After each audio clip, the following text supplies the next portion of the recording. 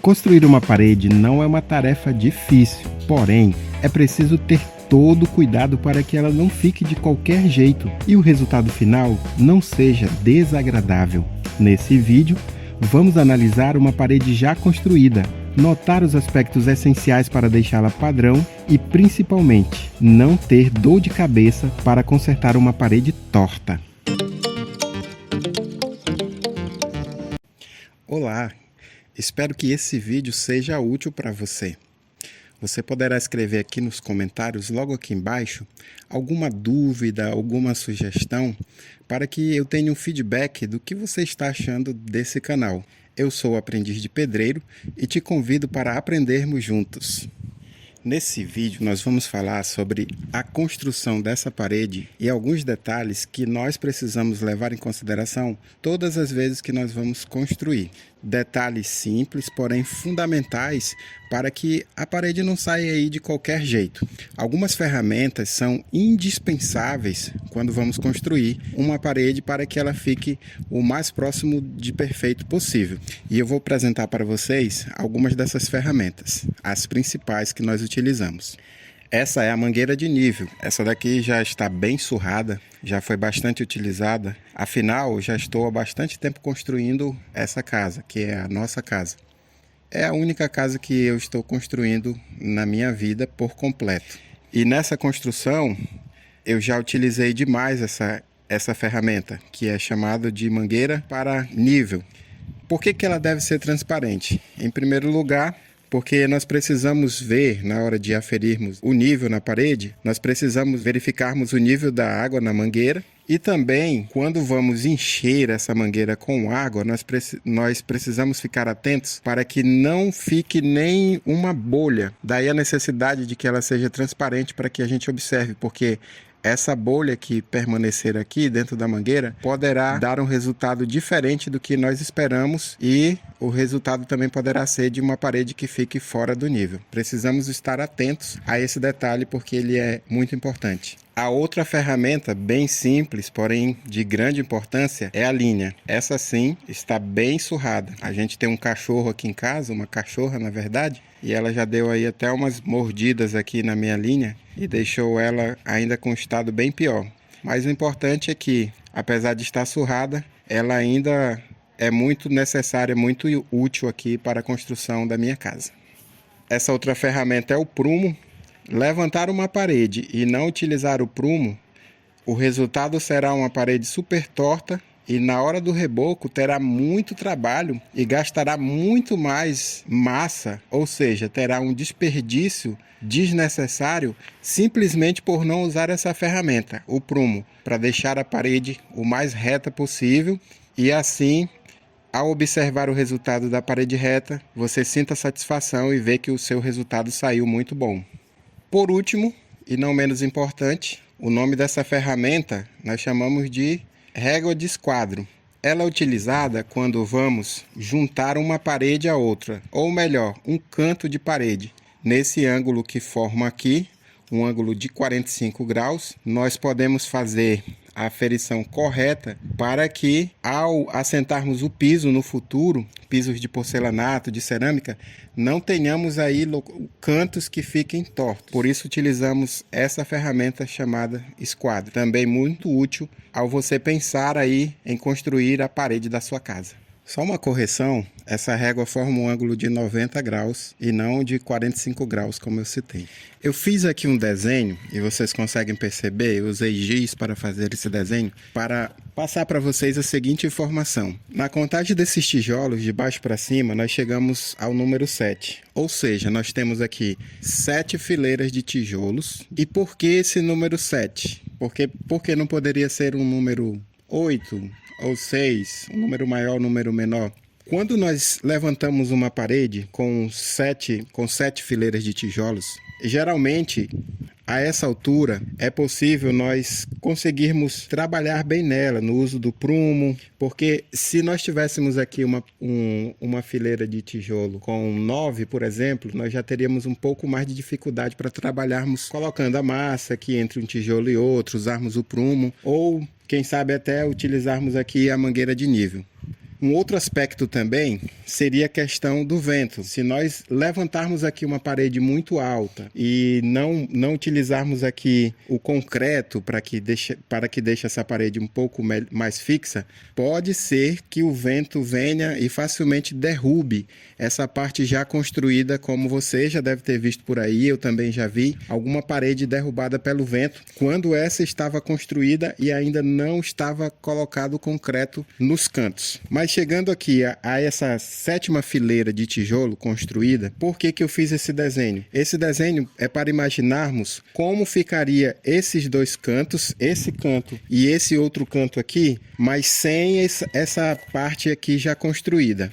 Fizemos aqui um canto imaginário, marcados com esse giz, para a gente ter noção de como deve ficar o trabalho, para que então façamos o uso da nossa mangueira de nível. O que precisamos levar em consideração aqui ao utilizarmos a mangueira de nível? Esse ponto, ou seja, esse nível aqui desse canto precisa estar na mesma altura desse outro canto. Eu vou mostrar para vocês aqui num desenho, porque nessa parede eu estou mostrando para vocês uma parede já construída e não é de toda a casa. Eu estou apenas exemplificando, utilizando esse ponto e aquele outro ponto lá. Mas essa não seria a forma mais correta de verificarmos o nível. Eu vou explicar para vocês através desse desenho. Eu vou desenhar aqui um tamanho qualquer de casa, que servirá apenas como exemplo. Então temos aqui o radier de uma casa de um tamanho qualquer e nós temos aí os 4 pontos. Esse. O que acontece? O nível desse canto aqui precisará estar no mesmo nível desse outro, assim como desse e desse. Por que isso? Você já deve ter ouvido falar, ou já ouviu alguma vez na sua vida, a música do Homenzinho Torto, que tinha uma casinha torta. Para que a sua casa não fique como essa música do Homenzinho Torto, você, assim como eu, precisaremos levar em consideração o nível. Então, se esse canto da casa está dessa altura, esse outro canto deverá estar da mesma altura, assim como esse e esse. Nas primeiras 7 filas de tijolos, precisaremos aferir esse nível e verificarmos se os 4 cantos estão no mesmo nível, para não ocorrer o quê? A casa ficar torta. Depois dessas 7 fileiras, nós daremos continuidade a mais outras fileiras de tijolos, até finalizarmos aqui a parede.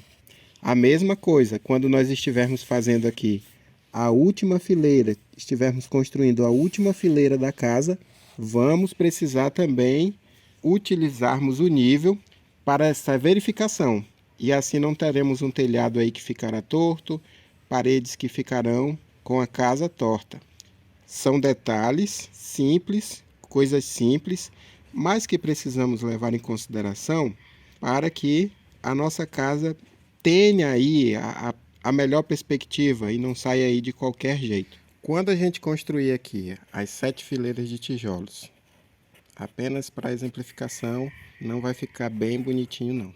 Aqui é apenas um exemplo. Vamos utilizar esse primeiro ponto como o nosso marco zero. A partir desse é que nós vamos fazer o outro canto e usarmos aqui a mangueira de nível. Usaremos a mangueira de nível e aferiremos essa altura para que ela fique da mesma altura que a outra. Isso para os 4 cantos da casa que nós exemplificamos aqui.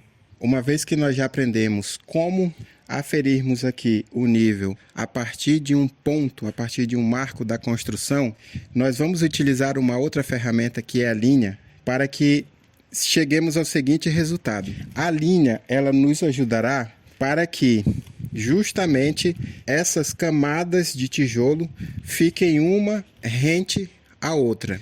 Antes, para que cheguemos ao resultado, para que esse canto chegue a esse resultado e tenhamos aqui um canto com os tijolos retos um ao outro, que nós chegamos a esse resultado através do uso do prumo, nós agora utilizaremos a linha entre um canto e outro para que tenhamos esse resultado. Para alguns pode até parecer besteira utilizarmos linha em uma construção. Outras pessoas utilizam apenas a visão e acham que está tudo correto. Tudo bem, você pode pensar assim, mas esse não é o recomendado. Você já deve ter passado por aí, eu também já passei, e visto construções em que as camadas de tijolos parecem uma montanha-russa ou aqueles gráficos de bolsa de valores. Uns sobem, outros descem, uns sobem, outros descem. Por que isso? Simplesmente por não ter utilizado a linha entre um canto da parede e o outro canto da parede. E o resultado é camadas de tijolos tortas. É certo que nenhum tijolo tem o tamanho exatamente igual ao outro. E é necessário também que estejamos atentos à escolha dos tijolos no momento em que formos trazer para espalharmos aqui na parede que nós estamos construindo. Por isso que eu vou deixar esse vídeo aqui no card e aqui na descrição, que mostra para você como você pode escolher os melhores tijolos para que você não tenha problemas ao colocar aqui, ao sentar a sua parede. Você notou que essa parede já está construída, mas será que ela está na altura ideal? Essa parede foi construída com 3,20 metros de altura, dessa primeira linha do chão até a linha do fechamento ali em cima, na parte de concreto aqui de cima. 3,20 metros. Será que é a altura ideal? Ou seja, essa construção tem o seu pé direito de 3,20 metros. Aí você pergunta: aprendiz de pedreiro, o que vem a ser o pé direito? E eu te respondo, é isso aqui? Não, brincadeiras à parte. O pé direito é a distância vertical entre o piso e o teto de determinado ambiente. Essa distância ela pode variar de 2,70 metros a 3 metros. Se essa minha parede tem 3,20 metros, ela é considerada com um pé direito alto. Qual é a vantagem de termos um pé direito alto? Depende da sua região. Se mantermos um pé direito muito baixo, poderá proporcionar um ambiente muito quente. A depender da região que você mora, você poderá utilizar um pé direito baixo, se a sua região for fria. Se, assim como aqui na minha região, for muito quente, você poderá manter um pé direito mais alto. Porém, você terá dificuldades aí com a sua iluminação, pois quanto mais alto o pé direito, maior a dificuldade com a iluminação, pois você precisará de uma iluminação mais forte para clarear o ambiente que você construiu. Deixa aqui nos comentários se você já construiu uma parede como essa. Não digo para você que já é um profissional, que já faz isso todos os dias. Eu digo para você que tem o desejo, ou sentiu o desejo de construir aí parte de uma construção de uma casa e já realizou isso, comenta aqui embaixo, você achou difícil construir uma parede? Achou fácil? Eu particularmente não considero essa parte como a mais difícil de uma casa. Existem outras que são um pouco mais delicadas e exigem um pouco mais de esforço e conhecimento para que o resultado não saia de qualquer jeito. E os cantos da parede? Como que poderemos utilizar aqui, usar os tijolos? Dessa forma que ele fique em pé ou dessa forma que ele fique deitado? Qual é a sua opinião?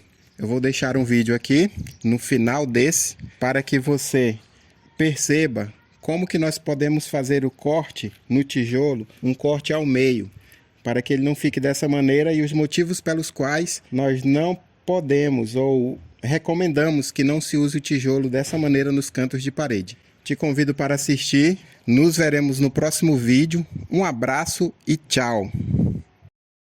Uma vez que nós já aprendemos,